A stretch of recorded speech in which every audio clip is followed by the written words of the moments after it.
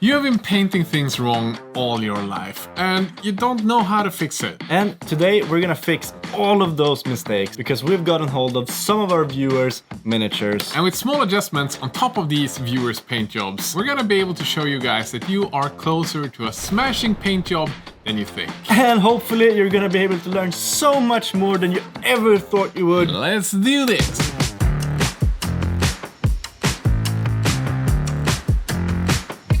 As miniature painters and artists, we all hit plateaus, and crushing these can feel nearly impossible. But they might not be as impossible as you might think. With super small adjustments and tweaky tweaks here and there, you can actually become really good of a painter. Not you, Steve, though, but the rest of you. Except if you're from Australia. We all know Australian people cannot paint! And I guess today is that day where we're gonna help you crush all of those plateaus. We have gotten 6 miniatures from our viewers and patrons, and the idea is that all of these awesome painters in their own right have all hit different plateaus in their painting. And each one of these paint jobs, no matter which level they are on, we're gonna be able to show them what's the next step to take your painting to the next level. But hopefully not spend way too much time on them, because that's the thing. Exactly. You don't want to be spending hundreds of extra hours just to sort of progress. You want to be able to do it quickly. So, Lucas, I guess we're gonna get started. Which one are we gonna start with? The slann. Should I start with that one? Yeah. This slann, I feel like, is a very creative paint job. They've really gone balls out, adding a ton of different lighting effects. Freehanding some wood grain on the throne. Yeah, and there's a bunch of really cool ideas going on here. But there is a few problems with it as well. As you might see in this photo here, it is a little bit chaotic. There's a lot of things going on, and it's a little bit difficult for the viewer to know where to look and to read the miniature. And then secondly, we have the highlight placement on the slann, which needs a little bit of rework. The ideas are good, but it's not quite there, so we can push that to the next step. So I'm gonna jump into showing you some of the stuff that I would do to take this to the next level, and then you guys can copy this if you want to have an awesome looking paint job. So if we want this throne to read as wood, it would probably be better to not have the glowing effects up here and instead just focus on the glowing effects in the bottom and maybe do an orange light from below as the light is emitting and reflecting on the bottom side of the throne. While we're not gonna have time to do that today, I think that would be something that would really lift the overall feel of the piece. So if we want the texture to pop, I would probably bring in a brighter beige tone for the wood texture and wood grain instead of having that sort of dark medium brown tone. I'm not going to paint over everything, but we can just add a little bit of it and you can see how much more this is gonna pop.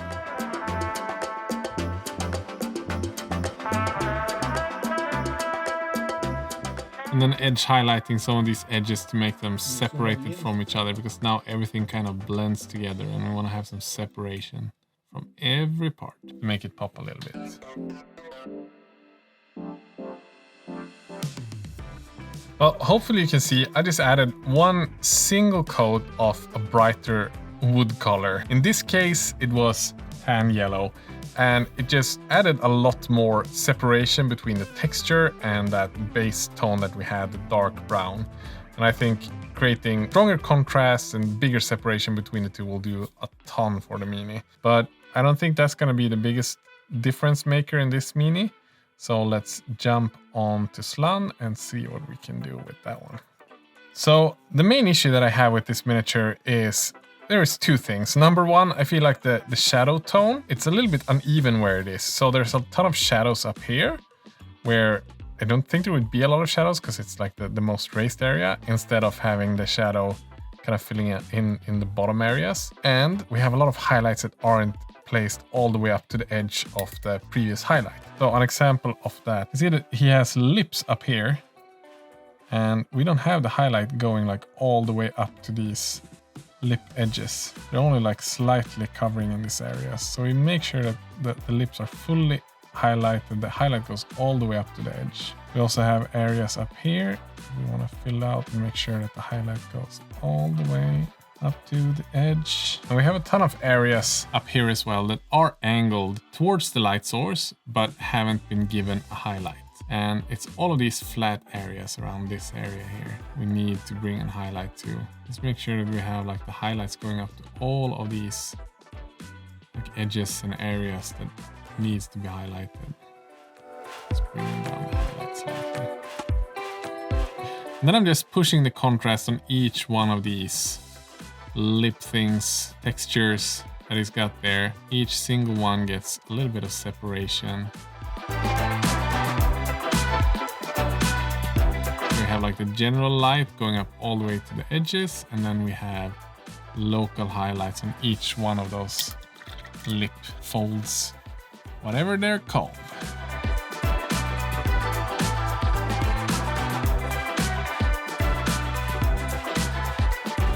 Here on the lip, you see I push the brush all the way up to the edge here. Let's bring him down. And here we have another one of those areas where the highlight needs to be all the way up. Nice. And up here, this is the most raised area of his belly. So this one should be fully highlighted just like the center of his belly. You can see that the highlight is placed down here, but if the light is coming from above, the belly would be brightest in this area and would have more of a shadow down there. So we're gonna bring in some shadow tones later. And then I'm just pushing the highlight just a little bit more.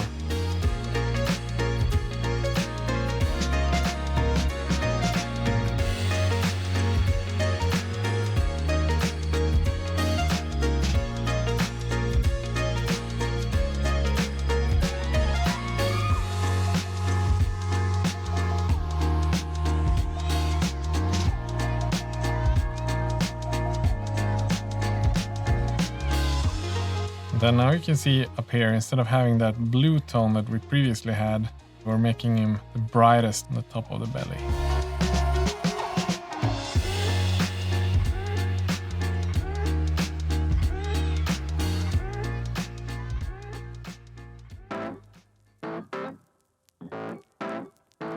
So far with quite small adjustments, just changing where I place the brightest point and the darkest point of the skin tone, but still using the same tones that we had initially, we have already something that's a lot easier to look at. It's easier to focus on what area is what, separating the parts more just because of where we place the highlights. These small changes does a ton. If you want to make more changes, it's a little bit up to you kind of how much shadow contrast you want to have, but I feel like we can push the contrast a little bit by using the airbrush and shading it from below. And this is one of my favorite steps, to just push a mini, one extra step.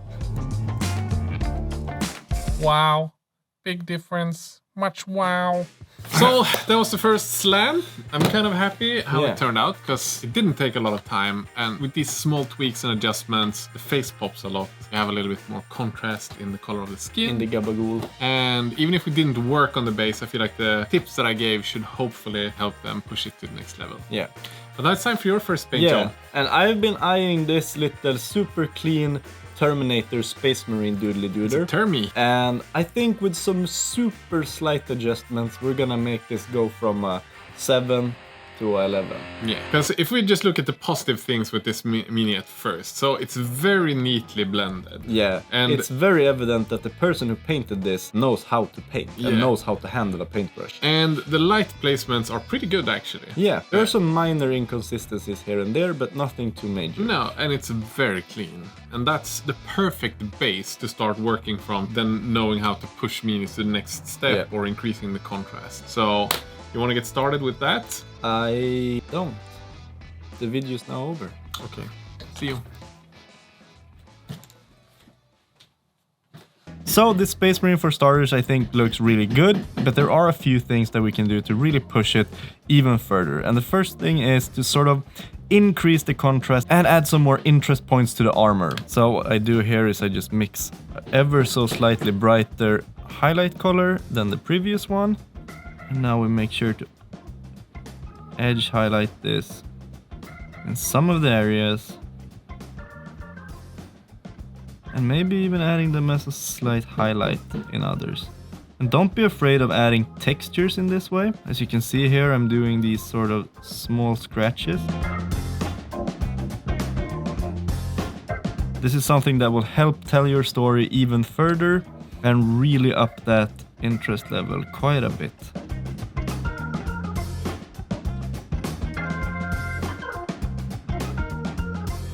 break up this edge highlight with some dots. Getting these small, super fine scratches in from the side. Increase the interest points.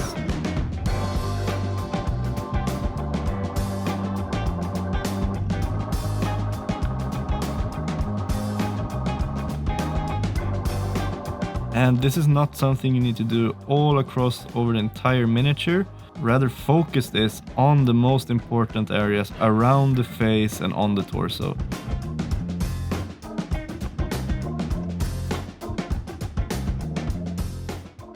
And then punching the highlight even further by adding super small highlights of this even brighter color.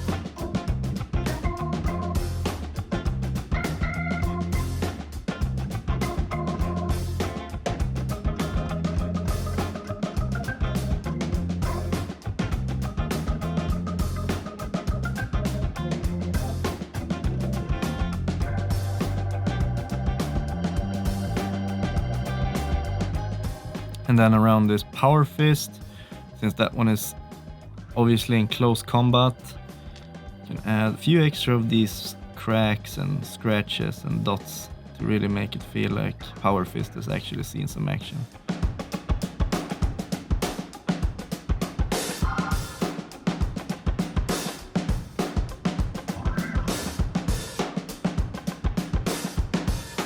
And another super small tiny detail we can do here is add some more interesting points to the eyes. And especially when working with red, some reds can be not as saturated as you really want them to be. So here we're gonna bring in some fluorescent reds. And first I'm just gonna make sort of a small little gradient with our super bright yellow, in this case ice yellow, in the center of the red highlight here.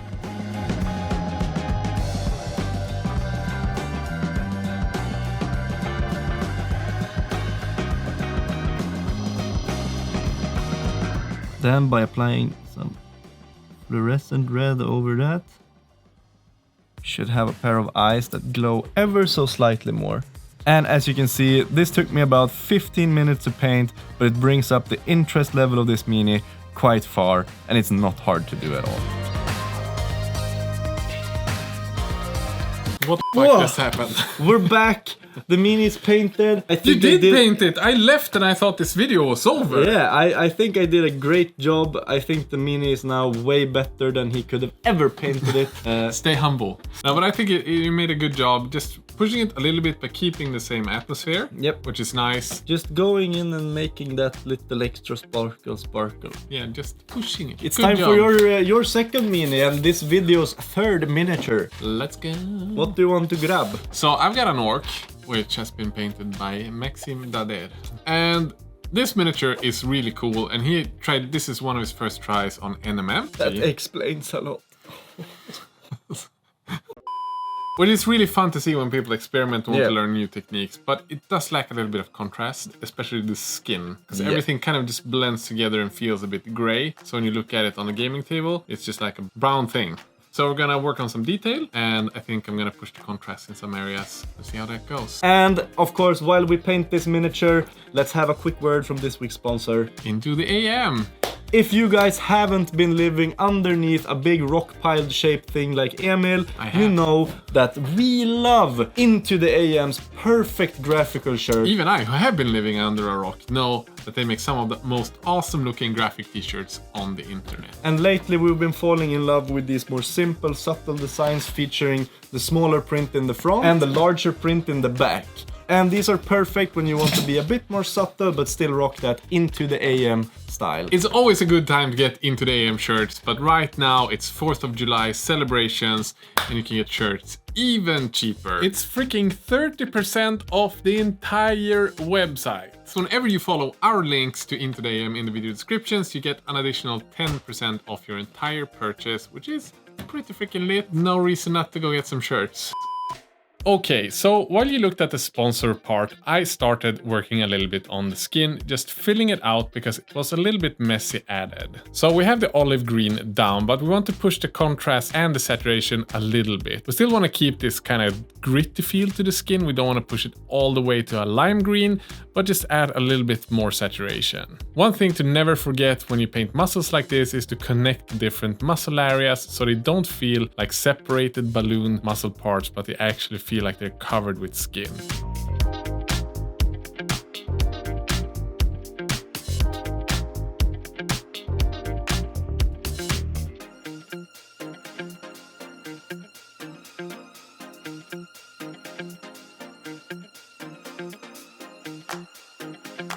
Okay, we also have this metal part on his shoulder, and it just feels, again, a little bit messy, and it doesn't really pop on the Mini. So we're just gonna push the contrast a little bit more, make a brighter highlight, and add a little bit of orange.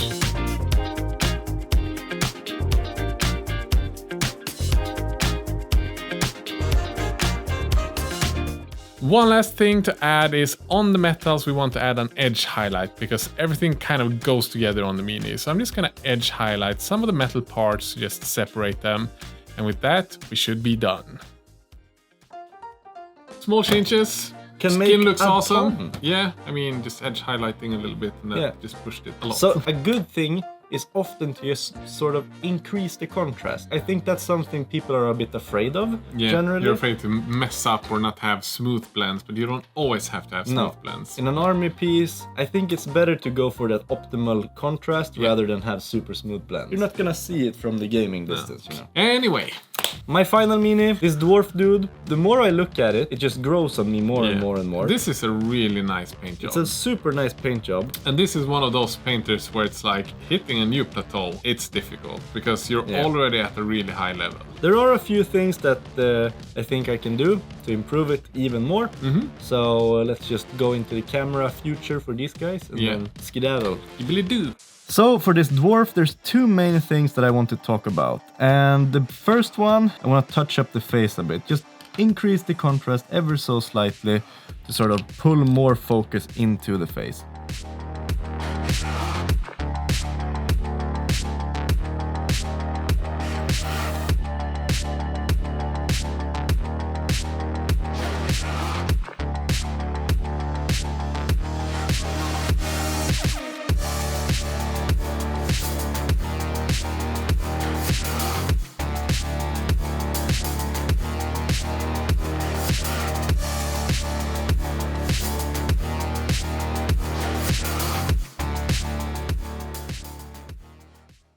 And the second thing I find a bit problematic with this miniature is the glowing tube. It doesn't really look like the source of the OSL that's shining on the rest of the miniature. And I think this is mostly because of the color choices, because it sort of went with a cold blue. And I think if we go in with a sort of super bright turquoise instead, I think we can fix this.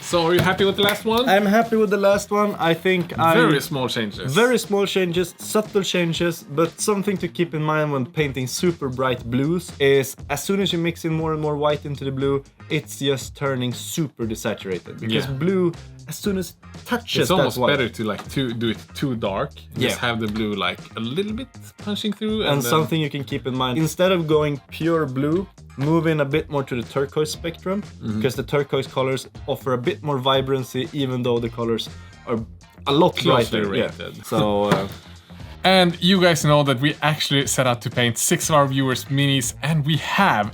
They were a little bit too much to add to this video, so if you want to see the last 2, you go over to our Patreon and you'll see the last 2 that we changed. A massive thanks to all of the painters who sent this in, and of course our patrons who make sure that we actually get cookies, making a living from doing this. A huge thanks to this week's amazing sponsor, into the AM. You guys are the best. Check them out. Link in the video description. Yeah, get some awesome shirts. Have a day. Bye.